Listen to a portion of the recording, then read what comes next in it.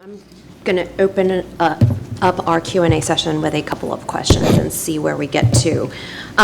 Here, now we've heard from the publishers as well as the data repositories. These are all four of these panelists represent organizations that have been early adopters or pioneers. So collectively, you know, there's a large amount of experience here. And with the remaining time, I want to take a, try as much as we can to dig into this and share out our learnings. One of the big questions for those publishers in the room is costs and benefits to crafting and implementing a data access policy. We've heard in general about the benefits that accrue with, the scientific validation, reproducibility, et cetera. I guess in this time, I want to talk more not only about the benefits, but about the costs in real terms. What should we be measuring together? I think once we have those common terms and measurements, it will be the discussion about how to do this and whether it's worthwhile will be much more grounded, I think, and practical. So perhaps let me open it up to the publishers and ask you first, what are some of the costs that you've encountered, whether you anticipated them or whether they were costs that you only found out and discovered by virtue of carrying them out? Between 65,000 data availability statements, the 1,000 journals that you've established a policy for.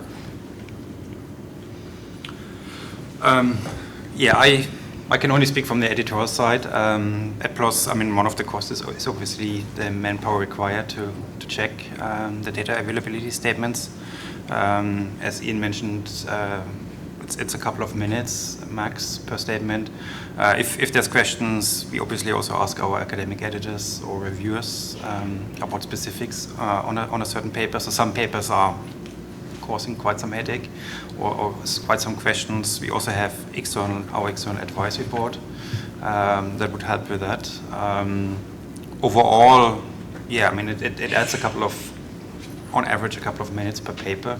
But at least from our perspective, from my perspective, for PLOS, that's certainly a price we're quite happy to pay in order to release the data and make it more available. So to give some different examples or case studies, we're still understanding the costs and looking at how we can make the more stringent data policies scale. So I gave an example of what happened at the Nature journals. Of course, not that many journals perhaps run like the Nature journals do. They have full-time editors who, one might argue, might be able to absorb 10 minutes more time than an academic that has 2 or 3 other jobs as well as running their journal. So we are looking at alternative ways to introduce that kind of policy. So I'm sure many of you work with centralized editorial office functions. So we're actually running a pilot. We'd like to call things pilots, but we have maybe 6 to 10 journals from what we call our Springer research group. They're hosted on Springerlink, and they have introduced that same kind of policy, that requiring data availability statements. So we've worked with our central editorial office teams to develop their process so that they can check certain aspects of the policy, so presence and absence of a statement. If a link is provided, does it actually resolve to something? But at the same time, having a two-way agreement, if you like, shared responsibility with the editor, that there are still responsibilities on them and their community of peer reviewers or editorial board, depending on how they run things, that there is still some shared responsibility there. And so in those cases, to estimate perhaps we can reduce that 7 or 8 minute burden to more like 3 or 4 where it applies to the papers with public data. Thank you.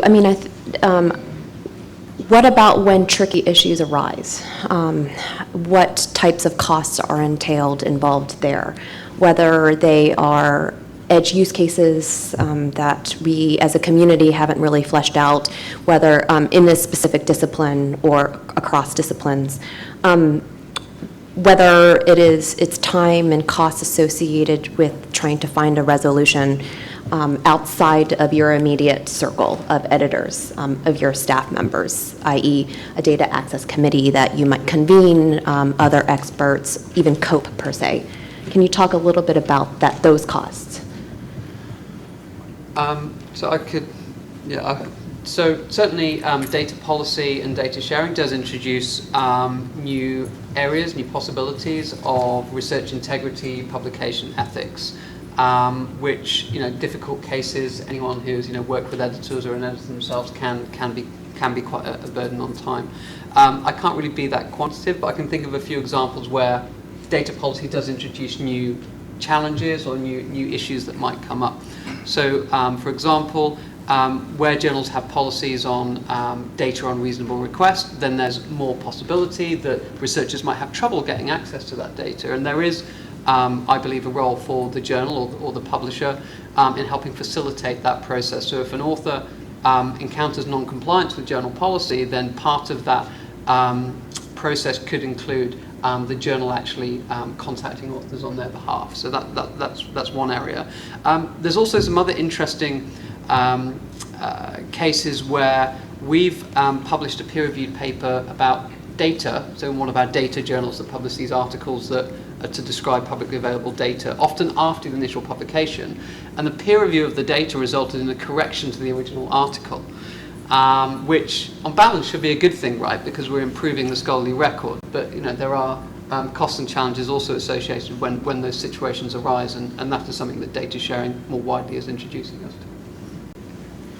Yeah, I would agree with all of that. I think one of the problems is still the question was what constitutes compliance for certain communities, and that these kind of questions cause a lot of headaches. It's either if the statement is data is available upon request for clinical or for patient data, but then there's no, when actually this is probed by a reader, then there's no mechanism in place to share this data confidentially with others as required. Those kind of issues cause a lot of work to resolve. So that's on the institution side, the kind of data access mechanism that's maybe not developed, in particular for patient data. Or it's just a question of what constitutes data release and data publication. Authors say it's in the paper, readers say it's not, and then resolving those questions, because there's no clear standard in a community, that takes a lot of time. So I think there's a lot of teething problems associated with that in particular communities. I recently gave a talk at a chemistry conference and presented our policy, which at least to chemistry researchers they're not so familiar with. And then the first question is, what kind of data are we talking about? What kind of instrument data or and so on. So I think it's these kind of questions for specific researchers in research fields that often cause an disconnect between authors and readers.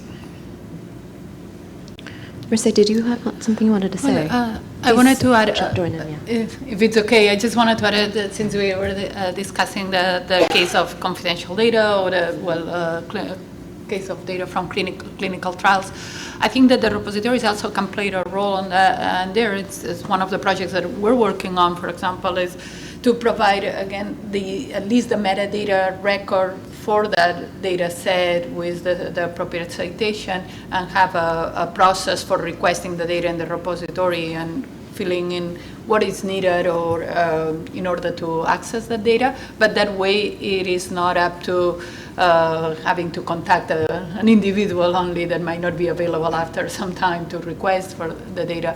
So it's a more systematic process. And part of that project to support sensitive data, we also provide working on some tools that would provide, for example, a de-identified version or differential private version, or some algorithms that would add some noise to the data, that you don't get the raw data, but you get basically a data set that is meaningful enough that corresponds to the original data set. So I think looking for these more automated solutions or more systematic solutions for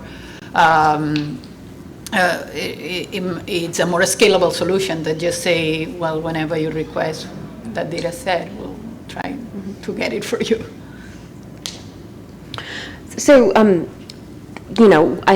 I think that we could go on quite more extensively about what these costs are, how do we measure them, and so forth. I'm interested now in talking about what implements have you publishers put into place in order to lower the costs, right? And from the data repositories, and what have you seen, what things have you guys done in order to support the publishers that say you've integrated with or partnered with in order to lower these costs? Can you talk a little bit about that, all four? Yeah, so interestingly, with Dryad, I mentioned we've partnered with 107 journals, which means that we're doing a metadata exchange on the level with those journals, but we have data coming to Dryad from over 560 journals.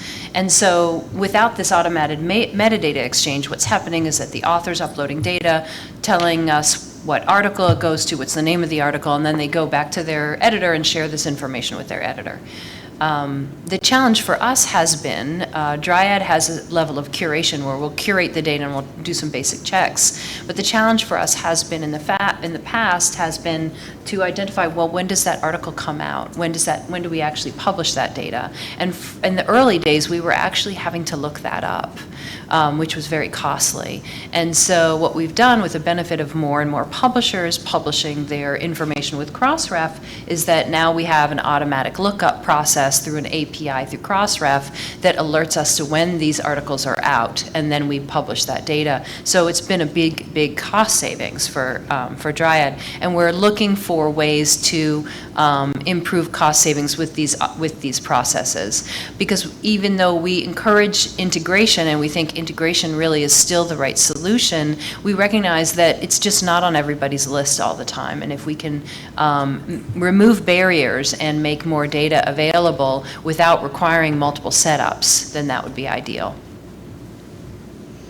I think with Harvard Dataverse repository, we have a little different approach because we don't, we provide a service as a free service, but that means that we don't provide a curation service with it. So it's mostly self-curated by the data authors, or if the journal wants to dedicate time to curate the data sets that that are deposited for the journal. What that means, I mean, we do a quick check to just make sure that the data sets that are not at deposit there are actual data sets and they're not anything that we should remove from the repository.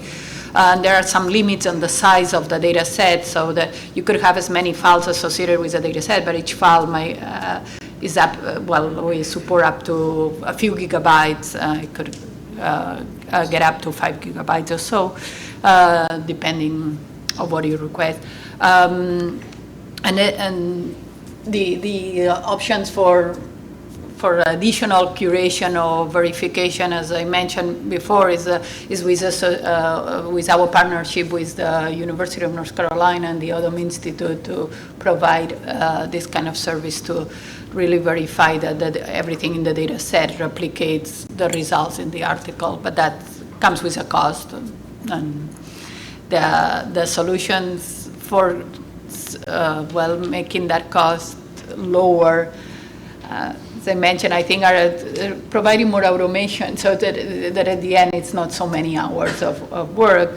I mean, at some point also with more awareness of replication and data and even more tools for the researchers themselves to verify that before they submit it, we could reduce that the time for review, right? I think the experience has been that the authors like that there is this verification, because that makes the data set, the article so much better, right? Because they now know that the results in the figures actually correspond with the data sets. And so I think finding the value maybe also could make researchers be more conscious and more thorough in the process to provide data sets that require less curation and less review. Publishers, what about you guys? I mean, these are large-scale operations, and I know that, the cost perhaps when starting might have been a certain amount. As you scaled up, maybe that went up or down, but as you learn how to be, you build out your resources, basically, whether it's administrative and or editorial and or technology related. What types of implements have you found to be useful in reducing the costs for your data access policy?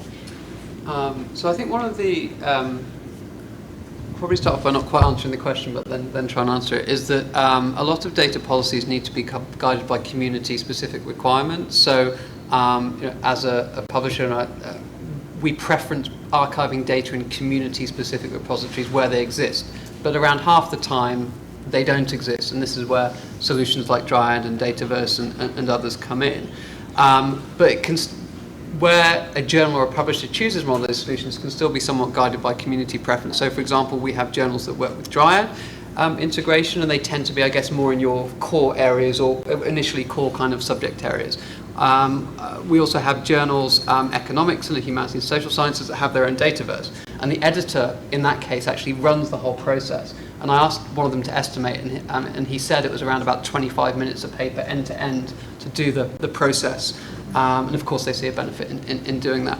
And we also have a relationship with Figshare, more for supplementary materials, but equally, if a journal editor said, I want to run my own repository, we can provide them with the tools for doing that. So one of the inherent challenges is that we probably haven't found a hugely scalable way, because we have to acknowledge is that there are differences and that we have different platforms. I mean, my view on the most effective integration is we have a journal, Scientific Data, that uses eJournal Press, and it has both Dryad and Figshare within the submission process. So it's actually very easy for the researcher to be asked, where's your data? Give us the persistent identifier, and if they don't have it, then they can straight to Dryad or straight to Figshare. Obviously, there's a technology cost associated with that, but that has made it the most efficient process that we've seen.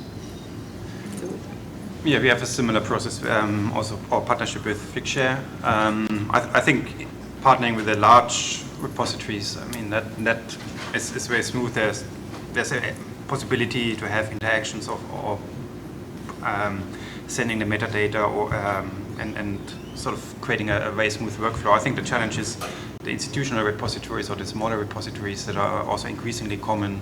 A lot of institutions have their own data deposition policies for their researchers, ask that they're deposited in the local repositories, and how we integrate this in a cost-efficient way, or even stay on top of the different repositories, and to be even able to make a recommendation of where research should deposit the data. I think that's very difficult. And then again, the institutional repositories are across different disciplines.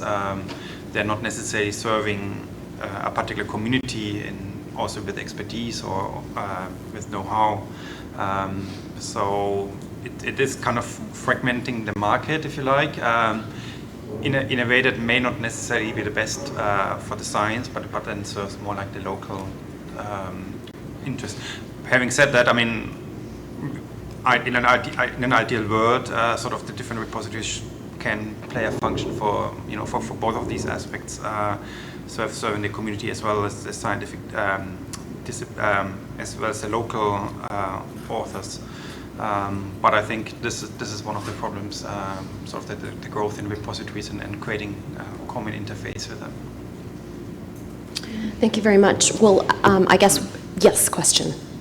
Microphone? If it's on, I'm not quite sure. Okay. Just give it a try. Well, data is very important contribution to the community, accessibility to the data. I'm on the JATS committee, I'm on the Chorus Technical Working Group, and on the Crossref Funding Advisory Panel, and a lot of data questions have come up. You've been talking mostly about authors' data, but once data is publicly available, then other authors will cite that data, potentially, and there's a bunch of questions. We revised JATS in 1.1 to add new features to support data citation, and one of the questions that came up was versioning or dating of the data. And so I'd be interested in hearing what any of you have encountered about that. When you cite a website in a reference, you say what date you accessed that website. Should you also cite what date of version or version number of the data you were doing? Then the second question that came up a lot is about whether the author is linking to their own data or to someone else's data. And since those links can be in their deposits to Crossref, it was not clear what the links are, and is that something that could be added to the metadata to support whether it's an internal or an external link, as it were, because one of the Chorus funder things is funders want to know whether the data for the research that they funded is made accessible or not. So I think we are a little bit over time, but I think this is a very important question. Perhaps we could just, if there are any responses. Liz, just a quick thing, because I'm very familiar, we work with the data citation principles and JATS to make that happen. But for at least for Dataverse, we do have a version, support for versioning of data sets, and there is a version in the data citation, so you could reference a previous version or the most recent version. It's another area where to do it robustly and rigorously does require oversight somewhere, whether that's editorial production or what have you. So there are repositories that support versioning of DOIs, for journals that really pay attention to this thing, then having a policy that ensures that there's a link to the version that the peer reviewers saw is really important, but also recognizing that data can evolve. There are systems for doing that. And I'd also like to address the grant issue. Dryad recently finished a pilot with the National Science Foundation where we enabled authors to tell us what their grant number is, and then we enabled the National Science Foundation to support that data directly. And it was really interesting. That's where that research came from in terms of the data management plans and how many researchers budget for data, or rather how many they don't. And so, for a grantee to know what data is available out there, they probably ought to concern themselves also a little bit more with similar oversight that publishers are already managing in terms of data availability statements and checking to see if what they're asking for is actually happening. And I think there's a variety, certainly in different areas outside of the U.S., this seems to be happening more than inside the U.S. And it'll be interesting to see if that takes off more. I'd be interested in doing more pilots, but at this point, I think that the lead is a little bit more on the international side on that. Great. I will just close. I understand we're out of time. No, I was just going to Okay. say one thing, because I'm converting that.